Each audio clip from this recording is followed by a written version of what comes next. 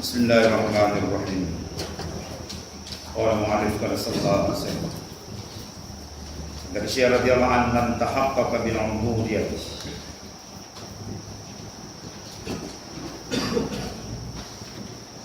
Yanzuru a'malahu bi'ainir riya.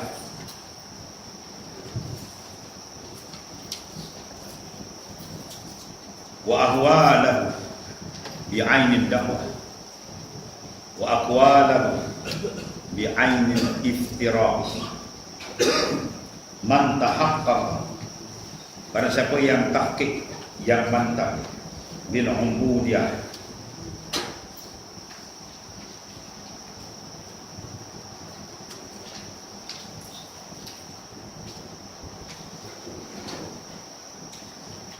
ubudiyyah maknanya bukan di dua tiga ibadat maknanya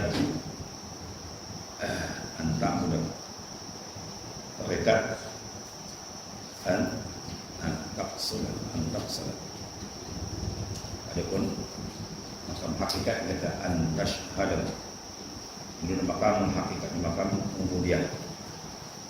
Tinggi sekali makam ubudah, ada tiga peringkat: maqam ibadah, maqam ubudiyyah, maqam ubudah. Siapa yang mantap dan tahqiq bil ubudiyyah,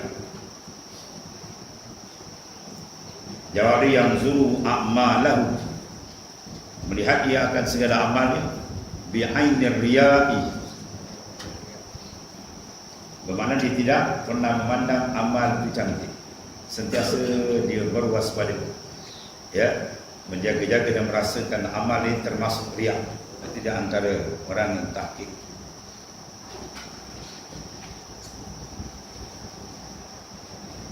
Orang yang tahqiq dalam ubudiyyah sentiasa memandang akan kesilapannya dan kekurangannya. Satu, wa ahwalahu, itu ataf pada a'malahu. Wa ahwalahu bi'ainil da'wah, dan kelakuan dia dengan ainil da'wah, manusia nampak lagi akan dakwaan. Tariquna tarku mulazahatul amal, la tarkul amal. Tariquna, jalan kami ma'asyiral sufiyah, meninggalkan memandang pada amal, bukan meninggalkan amal, kata Rabi'atul Alawiyah. Wa aqwalahu pun ataf itu atau pada amal, bi'ainil iftira, dan memandang segala aqwal perkataan dia dengan masuk makna iftira.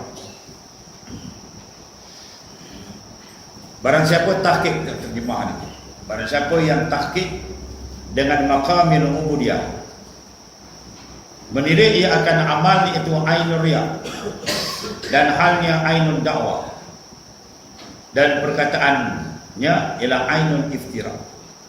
Ini ada tiga alamat yang menunjukkan orang yang sifat dengan dia tadi, orang yang sudah sebenar-benar ubudiyyah, melahirkan perhambaan zahir dan batin dia kepada Allah SWT. Adapun ibadat luar ni dipanggil maqamun ibadah, ini maqamun ubudiyyah.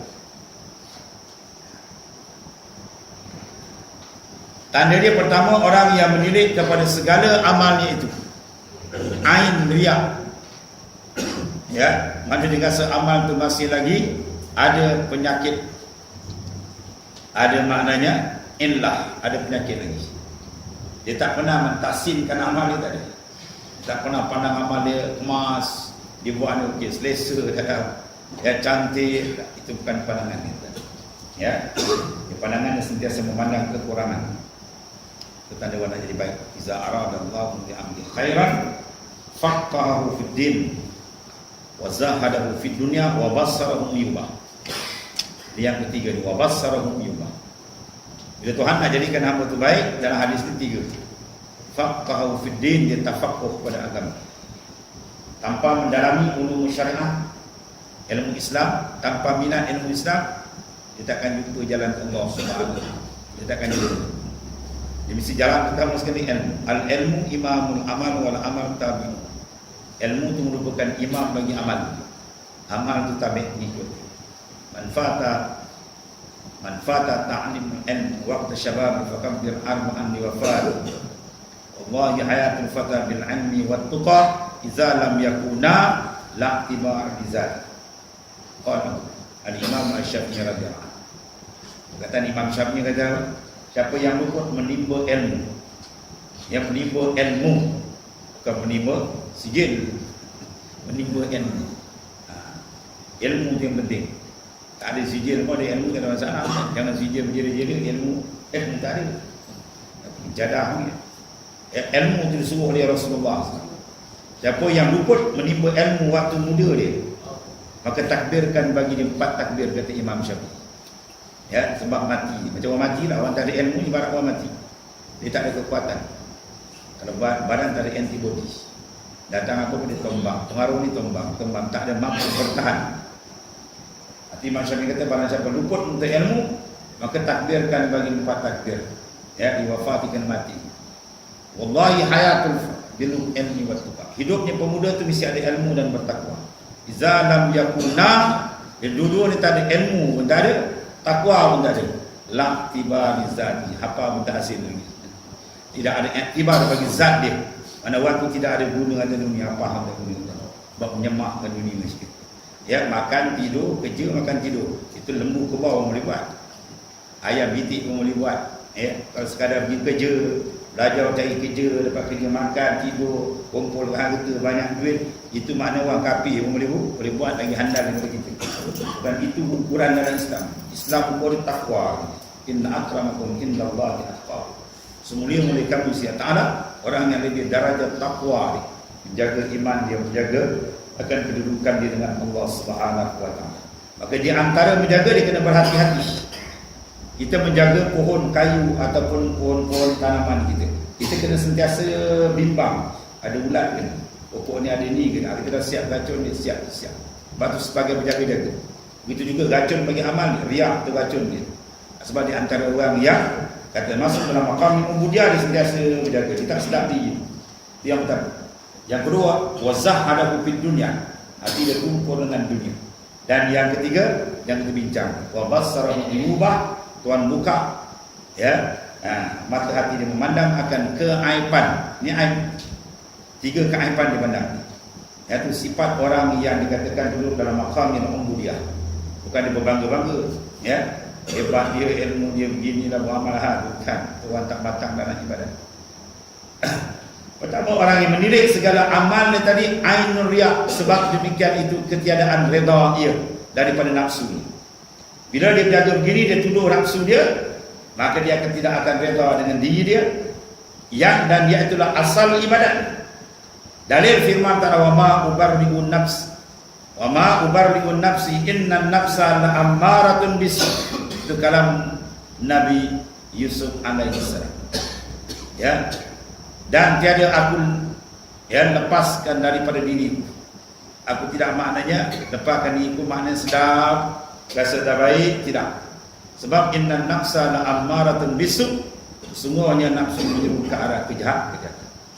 Itu cakap kalam daripada Nabi Yusuf alaihi salam. Allah yang sangat warak. Dan tiada aku lepaskan daripada diriku nafsuku, dengan keinginannya bahawa nafsu semuanya menyeru dengan kejahatan. Kena asal maksiat dan lalai dan keinginan sebab redha seorang akan diri ini. Kalau guna ya, sebab mana aslu maksiatin wa ghaflatin wa syahwatin ar-redha minan nafs. Punca manusia terbenam dengan maksiat, kelalaian, keinginan sebab dia redha seorang tadi akan dirinya, mana nafsu dia setuju dengan nafsu. Apa nafsu dia cakap, nafsu dia tak ada bangkang. Kecanggahan Islam berikut dia jadi patut, peringkat teruk lagi dia jadi hamba bagi nafsu dan bertuhankan nafsu. Apa ra'aita man ittakhadha ilahahu hawa. Kamu tidak lihat kaya Muhammad sallallahu alaihi wasallam mereka menjadikan nafsu sebagai tuhan mereka daripada dirimu. Dan kerana inilah sesungguhnya bersahabat engkau dengan orang yang jahil, yang tiada mengikut akan nafsu, terlebih baik daripada engkau lagi banyak kebaikan daripada bau bersahabat engkau akan orang yang alim yang mengikut akan nafsu. La antas sabah jahilan la yarda an khairun min antas sabah aliman yarda. Kau bersahabat dengan orang jahil tapi tak ikut nafsu. Takdir gitulah. Dari mana ada orang jahil ikut nafsu? Dia dulu sebenarnya jahil nafsu dah. Takdir kalau ada. Ya. Maknanya kalau ada, dia tak ada lah. Kan? Kalau kau bersahabat dengan orang jahil tapi dia tak ikut nafsu. Lebih baik daripada kau berkawan dengan alim tapi mengikut akan nafsu dia. Mana rosak. Kalau alim ikut akan nafsu dia akan tumbang. Ya. Inna adna ma yasma' al-alim iza asara syahwatahu ala ma'bud an uhrimahu ladzizal munajat. Inna adna, semuanya sekurang-kurang bala yang Tuhan kenakan, deraan yang Tuhan kenakan atas orang alim iza asara, bila dia melebihkan syahwat di atas mahabbati, kasih pada sikit aja dia kena apa paling kurang bala tu kena apa dia? An uhrimahu, bahawa aku haramkan akan dia lazatan munajati, kelazatan munajat akan aku. Orang alim bila ikut dia nafsu, Tuhan sentap kemanisan dia. Bila orang alim dah tak seronok bangun hajat dengan Tuhan, tak rapat dengan Tuhan, bergambar ke dunia siang malam, tak ada waktu untuk pun. Ya, itu bukan sifat orang alim sebenarnya. Orang alim bila orang yang takut gerun dengan Tuhan dan membawa manusia ke jalan Allah Ta'ala. Tapi bila dia dah turun kena nafsu dia, Tuhan sentap satu kemanisan. Ibarat gula dah tak ada manis. Kalau ahli manawi ambil gula tu baling dalam longkang je. Gula tak ada manis, garam tak ada, masin bukan. Mana sifat asli dia, sifat asasi dia tak ada.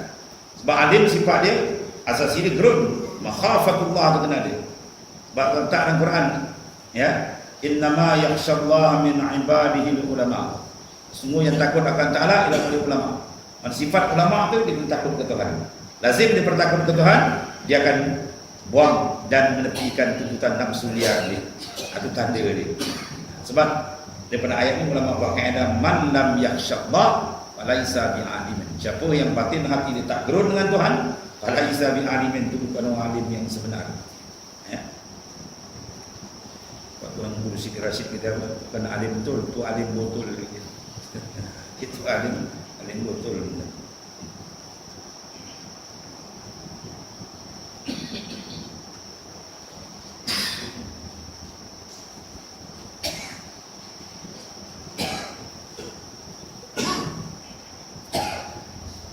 Maka di mana ada orang jahil yang tiada suka akan dirinya, dia kontra dia cakap.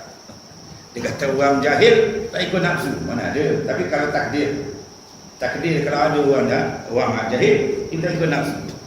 Diri dia je duduk dalam jahil, ke nafsu dah sebenarnya. Dia suka tenggelam dalam jahil, itu nafsu besar. Tapi takdirnya mana kalau ada orang jahil, tapi tak nama jahil pula, dia tak ikut nafsu. Maka di mana ada mana orang jahil yang tidak suka akan diri, mana akan nafsu, dan tiada akan mengikut akan kendaknya, tetapi ia mana alim namanya situ. Dan di mana ada alim bagi orang yang mengikut hawa nafsu, dia tak panggil orang alim, dan reda akan dia akan nafsu. Ya, ini hakikat jahil. Hakikat dia hanya zahir saja berilmu, pada hakikat batin dia adalah jahil. Jahil dalam memilih jalan. Dan kerana inilah adalah Rasulullah SAW apabila selesai daripada sembahyang mengucap istighfar 3 kali. Astaghfirullahalazim, astaghfirullahalazim 3 kali. Maka bila adalah Nabi SAW mengucap istighfar, kemudian daripada ibadat, iaitu yang terlebih besar ibadat sembahyang, sebab ibadat daripada imani as-salat, dan Nabi yang buat. Ya, sebab apa tu? Sebab takut taksir takut taksir, takut cuai, mana sentiasa berbimbang. Itu tanda orang yang ada mahabbah, kasih dengan kekasihnya. Apa yang dihantar dia akan rasa cemas, takut tak sempurna, takut tak cantik, takut tak elok, gitu. Kalau tak ada mahabbah, dia bungkuk-bungkuk gitu je. Bila ada mahabbah tu, menyebabkan jiwa dia lain. Sebab Rasulullah SAW lepas ibadat Rasulullah minta istighfar. Padahal Rasulullah ni orang yang sempurna, amalannya zahir dan batinnya afdalul makhlukat indal itlaq, makhluk yang paling hebat dan Allah. Kalau orang berjalan ke sini, tengoklah sini Rasulullah SAW. Kita akan nampak maknanya amalan yang hebat. Tapi begitulah keadaan sikap tingginya akhlak baginda Islam dengan Allah Ta'ala. Lepas sembahyang beristighfar lagi. Lepas sembahyang istighfar, buat dosa tak istighfar, tu gila orang ni. Buat dosa tak istighfar. Rasulullah buat ibadah lepas sembahyang beristighfar lagi. Ya, aman. Satu. Kalau tanya Rasulullah tak ada dosa, kenapa istighfar? Kalau dosa kita, istighfar kita sebab nak menggugurkan isqatul dzunub, menggugurkan dosa. Ya. At-ta'i min adz-dzamb kama la dzamba. Tapi yang bertobat daripada dosa dia seolah-olah tak ada dosa kata Nabi SAW. Ada pun Rasulullah SAW. Ya. Istighfar Nabi bukan maknanya mengakukan dosa sebab dosa tak ada dosa. Tapi diraf'in darajat sallallahu alaihi wasallam. Kena mengangkat akan darajat baginda sallallahu. Mana dalil istighfar Nabi mengangkat darajat? Sebab orang tak akan istighfar, tak akan bertobat selagi ia ada sifat takabur. Saya mana ada dosa? Wah, kacau. Takabur ada, dia akan buka mulut istighfar. Dia rasa dia bersih. Bila mana orang beristighfar, bermakna dia ada sifat tawadhu. Bila tawadhu, maka dia naiklah. Man tawadda'a rafa'ahu Allah. Wa man takabbara wada'ahu. Siapa yang tawadhu, Tuhan angkat martabat dia. Dan siapa yang takabur, Tuhan down dia, Tuhan jatuhkan akan dia. Sekarang dalam istighfar, dia ada tadammun, ada mengandungi makna tawadhu. Sebab tu bila istighfar Nabi, diraf'in darajat. Ya, darajatihi sallallahu alaihi wasallam. Mengangkat akan darajat bagi dia sallallahu alaihi wasallam. Istighfar kita menggugurkan dosa. Ya. Itu biasa. Dan sebenarnya telah dijadikan Allah SWT baginya sejuk hatinya di dalam sembahyang. Ya. Sejuk mana hatinya berkaitan bisalah. Maka betapa bagi orang yang lain yang tak sejuk mata hati. Dia sembahyang panas, apa nak siap? Abang tahu imam kan. Panas dia. Orang masuk sembahyang sejuk. Macam masuk dalam aircon tuan-tuan. Dia kena ada aircon dalam. Kita ni aircon luar banyak. Aircon dalam tak ada. Aircon makrifat tak ada. Lepas tu kalau orang duduk dua bilik yang sama, bilik kaca, tempat sama, bilik sama, seorang tu tenang, relax, sedar, dan seorang tu menggelisah, kejap bangun, kejap duduk, kejap bangun, kejap duduk. Sebab apa? Sebab bilik dia tak ada aircon. Bilik tak ada aircon, dia panas tuan. Yang ada aircon, dia tenang dia. Itulah orang yang batin dia ada aircon makrifat. Bila makrifat dia ada dengan Tuhan tenang. Dia tak ada makrifat, perlu kita pening kepala kita, tak habis-habis. Ya, sebab jiwa takkan tenteram bila tak ditambah dengan Allah Ta'ala. Ala bizikrillah tatma'innul qulub. Dan saya telah jadikan Allah Ta'ala bagi sejuk hati itu dalam sembahyang, maka betapa bagi orang yang lain daripada Rasulullah SAW. Demikianlah kelakuan orang yang arifin, orang yang arif billah, yang dibukakan hijab, yang mengenal Tuhan dengan zauq dan wijdan, syuhud dan ayyan. Tiap-tiap bertambah terang mata hatinya, bertambah makrifah dengan aib dirinya. Lagi dia terang makrifah dia, lagi dia nampak dia banyak salah. Itu kaedah dia. Ya, lagi dia dekat Tuhan, lagi dia rasa dia banyak salah. Itu kaedah sebenarnya. Kalau dia rasa tak salah, dia belum naik derajat orang yang arif. Ya, dia bukan orang yang arif. Nabi panggil ma'arif dia. Bukan arif, ma'arif. Arif, mana yang kenal arif billah. Dengan sebab dirinya yang banyak mana tuduh, dia menuduh diri, tuhmah diri dia, iftira. Bagi dirinya dan ketiadaan reda ia daripadanya. Dia takkan reda diri dia sekali-kali. Kalau apa dibuat taat, dia mesti semak kali. Dia tak buat taat di seronok kan. Dia buat taat, dia risau takut taat dia tadi ada campuran keracunan. Ya, sifat-sifat mazmumah yang boleh merosakkan mati. Habis. Dan satu lagi kata si Hasan Basri radhiyallahu anhu, jikalau jernih, yakni ikhlas bersih bagiku 2 rakaat, dan saya memada akan daku. Cukup. Itu menandakan kan? Si Hasan Basri risau. Dia semayang 2 rakaat, dia rasa tak pernah dapat jernih betul. Padahal dia orang hebat. Ya. Dia rasa dia selama dia semayang 2 rakaat nak dapat pun payah dia. Apatah lagi kita tadi. Sebab si Hasan Basri kata, Zaman dia, kalau aku dapat satu buku roti yang betul-betul halal, tak ada syubhat, bersih, insya-Allah dengan izin Allah aku boleh ubat 1000 penyakit. Apa maksud dia? Zaman dia dapat, zaman dia nak cari rizqun halalun. Waktu dah hadis Nabi sebut, ya. Nabi sebut apa? Aqallu ma yujadu fi akhir zaman rizqun halalun wa akhun yusaku. Aqallu ma, sedikit sangat benda yang didapat pada akhir zaman, rezeki yang betul-betul halal dan kawan yang betul-betul boleh halal. Yang lain tak diharap, ditiarap begitu. Ya, yang betul-betul boleh harap, mana yang membawa kita jalan Allah Ta'ala, itu sahabat. Kalau kita berkawan dengan dia, kita makin jauh tu, itu bukan sahabat, itu musuh. Musuh dalam muslimun, musuh dalam ibadat. Nampak ibadat kubur, dia makin jauh. Kawan dengan dia makin jauh. Ada jangan. Sahabat sebenarnya membawa kita terus bersama berjalan ke hadrat Tuhan. Itu sahabat. Dan kata Hasan Basri, jika kalau jernih, yang ikhlas bagi aku 2 rakaat, nasai memadai akan aku cukup hari itu. Punya hebat tanda ni. Dan kata Ibnu Attab radhiyallahu anhu, gemar kamu kepada barang yang disembunyikan daripada ghaib terlebih baik. Gemar kamu kepada barang yang disembunyikan daripada aib terlebih baik daripada gemar kamu pada barang yang didinding daripadamu daripada ghaib. Mu nak tahu benda ghaib tu buka ada buka hati, itu tak elok. Lebih elok kamu tahu benda sembunyi aib dalam batin hati kamu. Kamu selidik, kamu koreksi, apa sebab yang kita ni jauh dengan Tuhan, apa sebab ibadat tak ada manis. Itu kamu kaji, dapat tahu aib dia, kita ubah. Itu lebih baik daripada kamu dia kata bila terbuka hijab, bila nampak benda ghaib tak mengarut.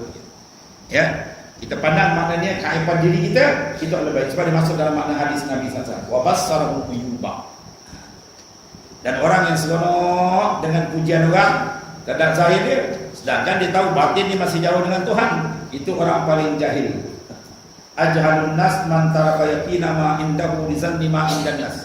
Ajhalun nas, manusia paling jahil. Ajhal isim tafdil, paling jahil manusia. Siapa dia? Man taraka yaqina ma indahu, mereka yang meninggalkan barang yang ada pada diri dia. Dia kenal dia tu jauh dengan Tuhan, ibadat dia tak bersempurna, banyak maksiat. Patut yang tu dia selesaikan. Tapi dia tinggal benda tu sebab apa? Ni zan lima indan nas, sebab seronok dengan zan manusia. Maknanya puji.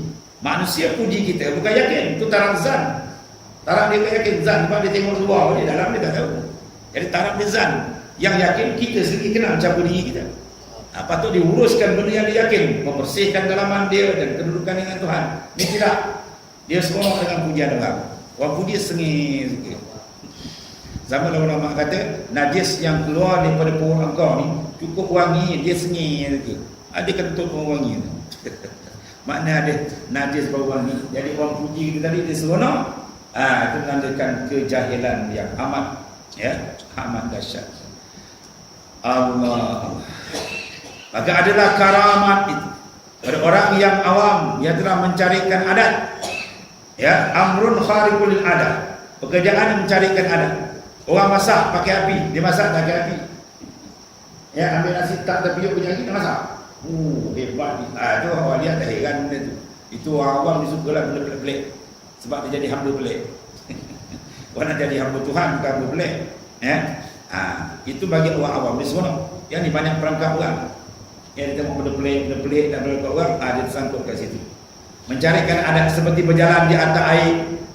Ya, lama-lama berjalan atas air. Terbang di hawa, di udara, burung dia terbang.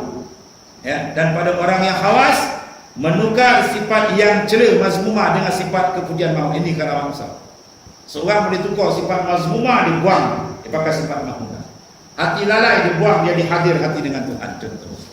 Ya, dulu di bahan itu semua melintang memujuk lalu melintang patah, alam subah semua digembak. Sekarang ditukar, dimakan pun bertapis. Dia tengok betul-betul dia halal betul. Ya, yang syubhat dia tolak semua. Sebab apa? Nak mengambil jaminan Nabi SAW. Nabi kata al-halal bayyinun wal haram bayyinun wa ma bainahuma umurun mushtabihat. Faman ittaqa syubha faqad istabra al-dini wa al-hadis. Halal terang, yang haram pun terang. Tengah-tengah tu benda syubhat. Siapa jaga benda syubhat? Benda yang orang kata kotor masuk ni semua syubhat kita tinggal. Faqad istabra al-dini wa al-hadis. Dia telah melakukan pembersihan penyucian terhadap agama dia dan maruah dia dengan Allah Ta'ala. Tu tak duduk. Lepas tu kita semak makan kan. Tengok Nabi bersuruh kul dulu makan ta'amul mukmin, makan makanan orang mukmin. Orang mukmin kalau buat dia ada bismillah, dia tahu suci, dia tahu najis. Ni kafir makan buat zah. Orang Melayu letak Cina punya mi, orang Cina kafir lah. Dengan orang Islam. Cina punya bismillah dah habis. Orang Melayu kumpak petang dah habis ni. Dia kata tak sedap telan lah. Minyak babi masuk selembut tak sedap telan. Lontor sikit. Macam-macam dan Sayyid Syekh Abdul Rashid Andali, wali besar, alim 35N, 4 mazhab alim, wali besar. Dia kata kalau orang dapat madat kan, ya tengah zam tu, kau bagi dia makan mie kuning sini atau selai, habis dulu dia. Tengok sana boleh. Maknanya apa? Kotor, benda kotor. Selai. Ini semangkuk, tambah lagi. Ya, besok minyak moncong. Habis dan makan ikut nafsu. Bukan makan ikut bukan makan ikut iman. Makan dari iman lain tak disedik, dia betul tengok. Tu seorang waliullah cerita kan. Orang kampung aja dia tu ketua kampung aja dia orang kampung semua aja satu penuhi tak pergi. Jadi dah kecoh benda lah. Jadi ketua kampung tu panggil dia. Dia kata, ya Syekh, kenapa sebenarnya awak tak pergi penuhi yang panggil. Mau terpanggil penuhi tak pergi. Inilah tuan dia kata. Satu hari dia pergi. Orang pun angkatkan roti kering yang dia angkat. Nak tengok sebab saya tak pergi, dia ambil roti kering dia perah. Jujur darah keluar. Beranjak dia orang, dah tak pusing, tak datang lain kali tak boleh. Tak apa dia ribuat, aku makan tak pusing. Itu kasyaf terbuka. Ya. Ni kau tengok sanad-sanad riwayat hadis ada ni. Ya. Orang nak tengok sanad hadis sangat menetangi orang yang tak ada. Ini awliya cerita. Ini awliya cerita. Apa khabaran awliya tentang ni? Ni dah sanad lagi je. Ya. Kerja cik sana macam dia seorang tahu sana. Dia seorang tahu sana. Ya, bila Imam Zabidi jawab tentang ni, dia buat kitab Ittihadus Siratal Mustaqim bagi mengolah balik Ihya Ulumuddin, senyap dia buat. Tidak dulu dia kata Ihya pergi bakau. Kali ulama lain datang, sebab dia kata baca surah Yusuf, wa fawqa kulli dzi ilmin alimun. Atau alim, ada orang lain lagi. Jangan kita rasa kita alim seorang. Itu masalah. Dia pasal dia alim, tak paling dulu dia cakap macam Allah. Ibnu Harazim mimpi Rasulullah SAW. Ibnu Harazim tunjuk bekas belakang dia 5 jalur kena rotan. Sebab apa? Sebab dia rak Imam Syafi'i Ihya. Dia rak Imam Syafi'i kitab, ya, dia bangkang kita Imam Syafi'i macam-macam dengan ikhlas tu. Pada kata hadis ngomong lah hadis macam-macam. Malam tu mimpi Rasulullah SAW. Ada di sama dia Rasulullah SAW, Abu Bakar, Umar. Jadi bila tunjukkan kitab Ihya ni, Nabi memuji-puji kitab ni kitab yang baik Rasulullah. Dalam mimpi dia mengaku. Ya, sebab dia tuduh. Kalau begitu makna Imam Muzir kata jalan kena hak orang menuduh. Bila nak buatan dia senang Abu Bakar, senang Umar Nabi. Umar dia belasah ni. Bila pukul 3 kali, 4-5 kali dia, Imam Ghazali kata dah jadilah, tak boleh maafkan dia. Ya, Ibnu Harazim kena pukul dalam mimpi dia. Dia bangun, dia tidur, dia tengok dia jalur belakang. Dia jalur belakang. Ya, dia punya bisu tak tahan sakit. Akhirnya dia berdoa, minta supaya itu. Jadi maknanya malam kedua dia mimpi Rasulullah SAW balik. Kemudian Rasulullah sapu belakang. Lepas bangun tidur, hilang sakit. Tapi jalur tu ada. Ni kau tunjuk Pak Wahabi tak percaya ni. Ada mana syaitan dengan hutan dia. Dia tak ada lain, dia tak kenal wali, dia kena syaitan. Ya, Pak Wahabi dia kena syaitan. Waktu syaitan tu dia kata, ni dia kena wali-wali. Si dia je betul. Dah dia tak sampai ke Tuhan tu. Allah.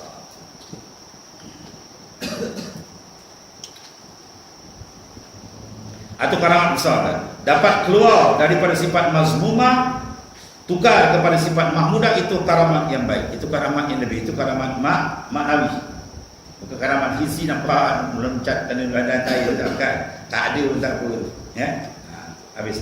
Dan kata setengah daripada orang yang arifin tiada, dia kata kelakuan yang dipuji itu bahawa dilipatkan perjalanan yang jauh jadi dekat, dan senya kelakuan yang dipuji bahawa engkau lipatkan engkau daripada engkau sifat diri engkau yang basyariyah, ya, sifat akhlak basyariyah yang kotor tu, dan maknanya melawankan sifat rububiyah hingga ada pada Tuhan engkau, sehingga engkau naik kepada darajat pendekatan makrifat dengan Allah Ta'ala, ya. Dan kata setengah daripada orang yang ma'arifin Allah.